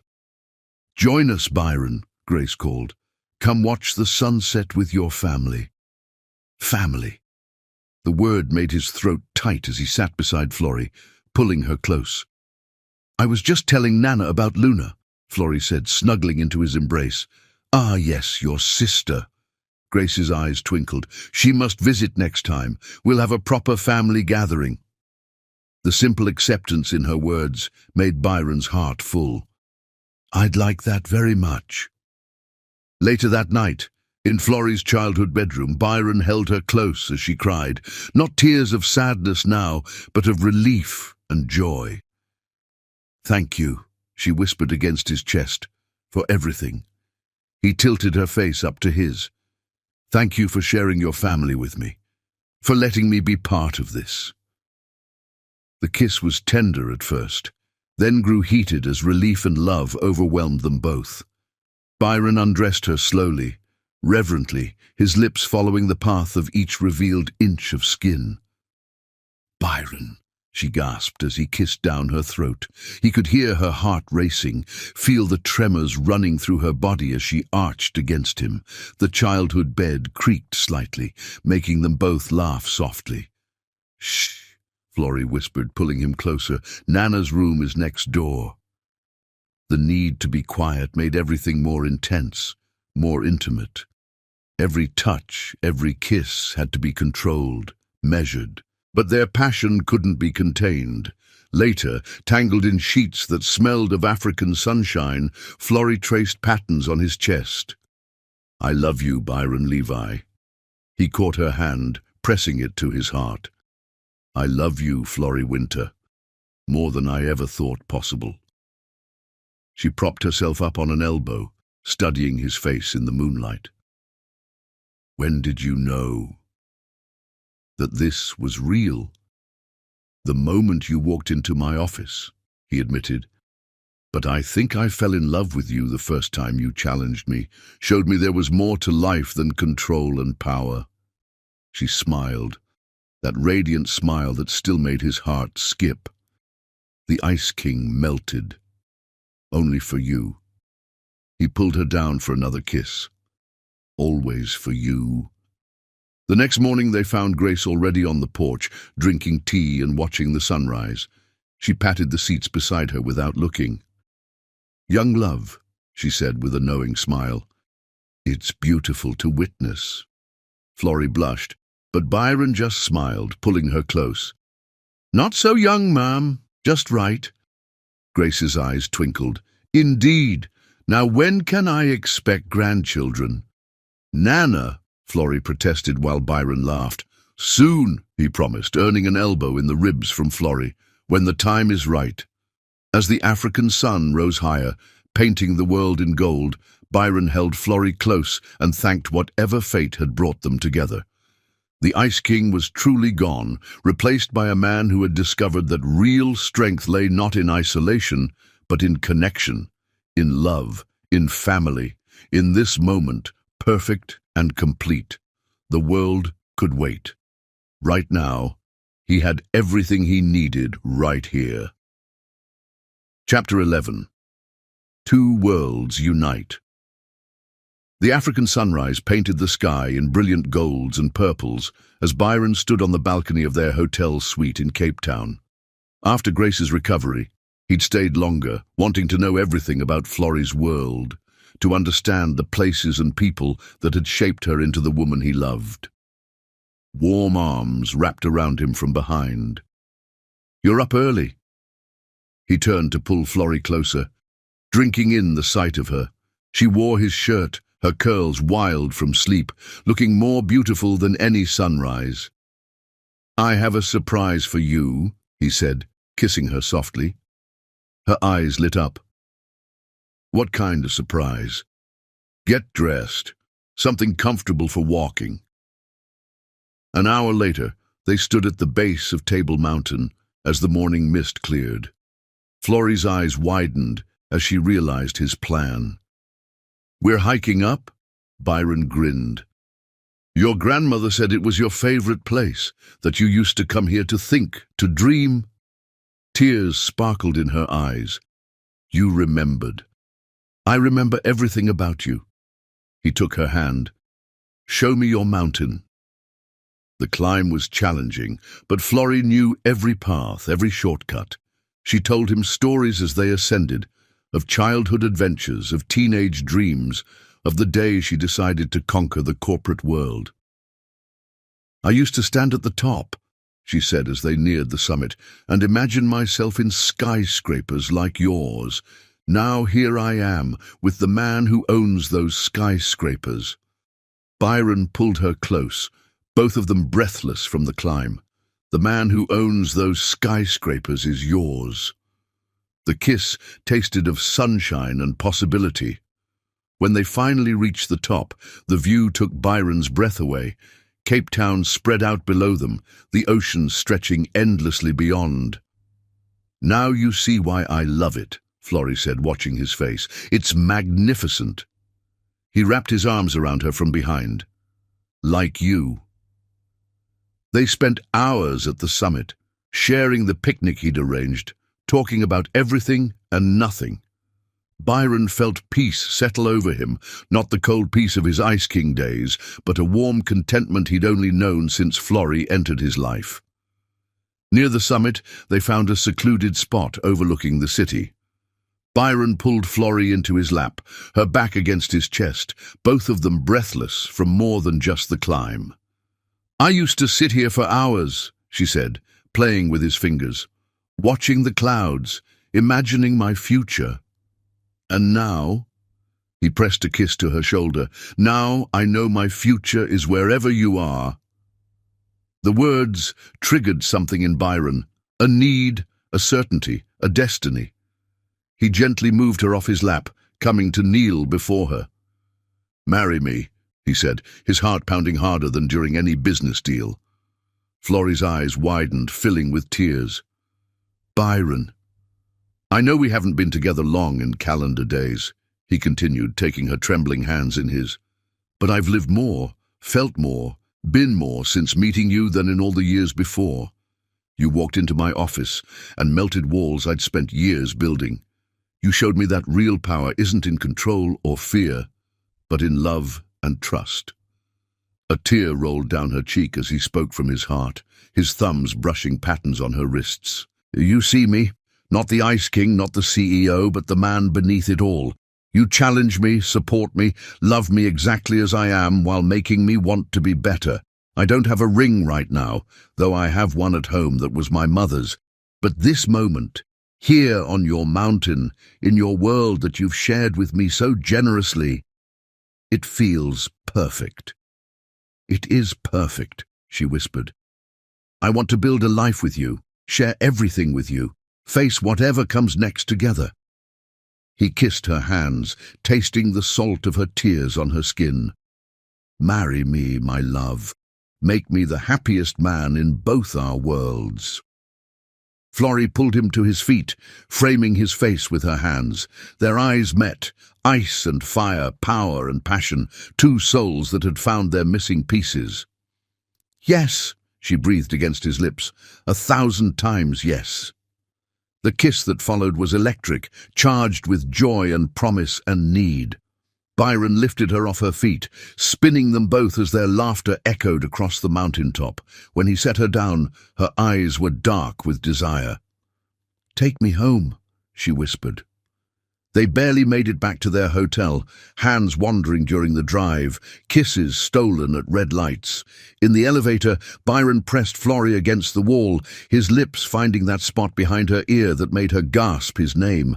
The suite door had barely closed behind them before clothes started falling away. Byron took his time undressing his fiancée, worshipping every inch of revealed skin with lips and hands. Florrie's sighs turned to moans as he kissed down her throat, across her collarbone, lower still. Her heart raced beneath his touch, its rhythm matching his own passionate pulse. The afternoon sun painted patterns across her golden skin as she arched beneath him, his name a prayer on her lips. "I love you," she gasped, as pleasure overwhelmed her. "I love you more than life," he breathed against her skin. They made love slowly, tenderly, then again with passionate urgency. Each touch was a promise, each kiss a vow. The Ice King was truly gone, replaced by a man consumed by fire and love. Later, as the African sunset painted the sky in brilliant colors, they lay tangled in silk sheets. Florrie traced patterns on Byron's chest while he played with her curls, both of them floating in post-engagement bliss. "We should call our families," she murmured, pressing a kiss to his shoulder. Byron reached for his phone, dialing Luna first. His sister's scream of joy was probably heard across continents. "Finally!" Luna exclaimed. "I was wondering when you'd make it official. Did you give her Mum's ring?" "Not yet," Byron admitted. "It was a spontaneous proposal on Table Mountain." "Even better," Luna declared. "More romantic that way. Oh, Byron, I'm so happy for you both." Next, they called Grace. Florrie's grandmother was serene in her joy. "I knew from the moment I met him," she told Florrie and Josa, then switched to English for Byron's benefit. "Welcome to the family, my son." They spent the rest of the evening celebrating with Grace at her home, where she insisted on preparing a traditional engagement feast. The simple family dinner meant more to Byron than any corporate celebration ever had. After dinner, Grace pulled Byron aside while Florrie was in the kitchen. "You've brought light back to her eyes," Grace said softly. "The same light I saw in her mother's eyes when she met her father." "She brought light to my whole world," Byron replied honestly. Grace patted his cheek. "Then you truly understand love." That night, back in their hotel suite, Byron held Florrie close as they stood on their balcony, watching the stars emerge over Table Mountain. "Happy?" he asked, kissing her temple. "Beyond happy." She turned in his arms. "You've made all my dreams come true and given me new ones to dream." He lifted her into his arms, carrying her to their bed. "Let me give you more." Their lovemaking was passionate, a celebration of their commitment. Byron took his time, memorizing every inch of her body with lips and hands. Florrie's sighs and moans were a symphony he conducted with loving expertise. "Byron!" she gasped as he kissed down her body. Her heart raced beneath his lips, its rhythm a song of love and desire. He could feel her pulse quickening, see the flush spreading across her golden skin.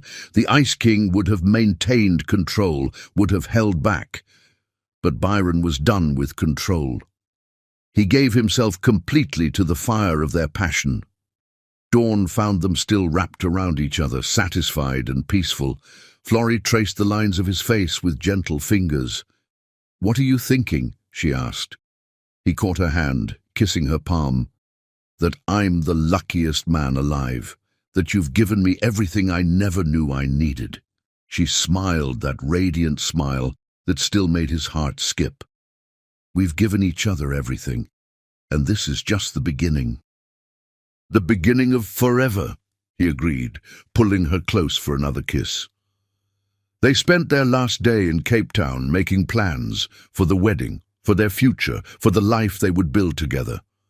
They would blend their worlds just as they had blended their hearts, creating something unique and beautiful. As their private jet took off the next day, Byron held Florrie's hand, watching Table Mountain disappear beneath the clouds. The Ice King had come to Africa on business. He was leaving as simply a man in love, his heart full of warmth and promise. "Ready to start our next chapter?" Florrie asked, squeezing his hand. Byron kissed her softly. "With you." "I'm ready for anything." The world stretched out before them, full of possibilities, but whatever came next, they would face it together. The Ice King and his queen, two worlds united by a love that had melted walls and built bridges. Their story had started in a New York office, but it would continue across continents, across cultures, across lifetimes. Because when ice meets fire with perfect timing, the result isn't destruction, it's transformation, it's love. It's forever. Chapter 12. Forever. The South African morning dawned bright and clear, perfect for a wedding that would unite two worlds. Byron stood at the window of his suite, already dressed in his tuxedo, watching the final preparations in the garden below. They'd chosen to marry at a historic wine estate outside Cape Town, its colonial architecture blending seamlessly with the wild beauty of the African landscape. Just like their love story, a perfect fusion of different worlds. A knock at the door revealed Luna, already emotional. "Ready to see your bride?" Byron's heart skipped. "Is she?" "She's beautiful." Luna straightened his tie. "And she asked for you." He found Florrie in her bridal suite, standing before a full-length mirror. The sight of her stole his breath. Her wedding dress was a masterpiece of ivory silk and delicate lace, designed to honor both their cultures.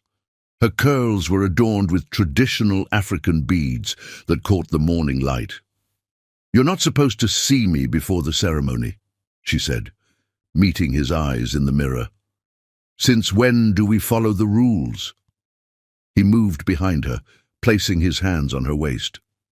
"You're breathtaking." She turned in his arms, careful of her dress. "I couldn't wait. I needed to see you, to have one moment just for us before we share it with everyone." Byron traced her cheekbone with his thumb. "Having second thoughts about marrying the Ice King?" "Never." She leaned into his touch. "Besides, you're not ice anymore. You're warmth and light and love." He kissed her softly, careful not to smudge her makeup. "Because of you. You changed everything." A knock interrupted them, Grace looking regal in traditional African dress. "There will be plenty of time for that after the ceremony. Now, out! Let us finish making my granddaughter even more beautiful." Byron kissed Florrie once more, then left to take his place at the altar they'd set up in the garden. Guests were already seated, a mix of corporate power players and African royalty, all united to celebrate their love. The ceremony combined elements of both their cultures. Traditional African drums announced the start, their rhythm matching Byron's heartbeat as he waited for his bride. When Florrie appeared on her grandmother's arm, the world seemed to stop. She literally glowed in the African sunshine, her smile brighter than any diamond. Byron felt tears sting his eyes as she walked toward him. Their vows were personal, spoken from the heart rather than from paper. "Florrie," Byron began, his voice rough with emotion, "before you walked into my office, I was the Ice King, frozen, controlled, alone. You melted my walls with your fire, showed me that real strength lies not in isolation but in connection, in love. You challenge me, support me, make me want to be better. I promise to spend the rest of my life showing you how completely you've changed my world." Tears sparkled in Florrie's eyes as she responded. "Byron, my impossible man, you see me, not just my surface, but my depths. You match my fire with your own passion, hidden so long behind ice. I promise to keep challenging you, supporting you, loving you exactly as you are while helping you become who you want to be. You're not the Ice King anymore. You're simply my heart." They exchanged rings. His a simple platinum band, hers the family heirloom he'd had reset with African diamonds. The kiss that sealed their vows was tender yet passionate, promising forever. The reception was a celebration of their united worlds. African drums mixed with classical music, traditional dances performed alongside contemporary entertainment. Food from both cultures filled the tables, while wine from the estate flowed freely. As the sun set, Byron led Florrie away from the party to a private terrace. "Happy, Mrs. Levi?" "Deliriously." She wound her arms around his neck. "Though I'm keeping winter professionally, can't have people thinking I sleep my way to partnership." He laughed, pulling her closer. "As if anyone who knows you would think that. You're the most brilliant person I know." Smooth talker. She kissed him softly. "I love you, Byron Levi." "I love you, Florrie Winter Levi." He rested his forehead against hers. "Ready to start our forever?" Instead of answering, she kissed him deeply. The kiss quickly became heated, passion igniting between them, as it always did. "We have guests," she gasped, as his lips found her neck. "They won't miss us." He began working on the tiny buttons of her dress. They barely made it to their honeymoon suite, leaving a trail of wedding finery in their wake. Byron took his time undressing his bride, revealing the ivory lingerie beneath her gown that made his mouth go dry. "You're beautiful," he breathed reverently. Florrie's heart raced beneath his touch as he explored familiar territory that somehow felt new. Every sigh, every whisper of his name drove him wild. The Ice King would have maintained control, would have held back, but Byron was done with control. Later, much later, they lay tangled in silk sheets, Florrie's head on his chest, his fingers playing with her curls.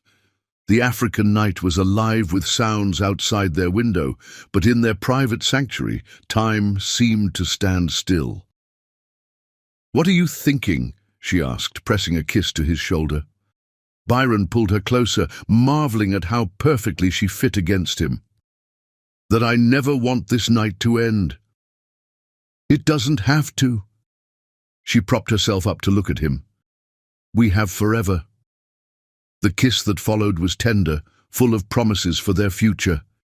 They made love again as the moon rose, slower this time, savoring every touch, every taste, every moment of connection. Morning found them on their private terrace, wrapped in robes, watching the African sunrise. Their families would join them for breakfast soon, but for now, it was just them, the former Ice King and the woman who had melted his heart. "Ready for our honeymoon?" Byron asked, kissing her temple. Florrie smiled, that radiant smile that still made his heart skip. 2 weeks in the Maldives, then Paris, then wherever we want. I can't wait." "We could stay here," he suggested, only half joking. "Build our life in Africa." "We'll build our life everywhere." She turned in his arms. "New York, Cape Town, anywhere we want to be. Together."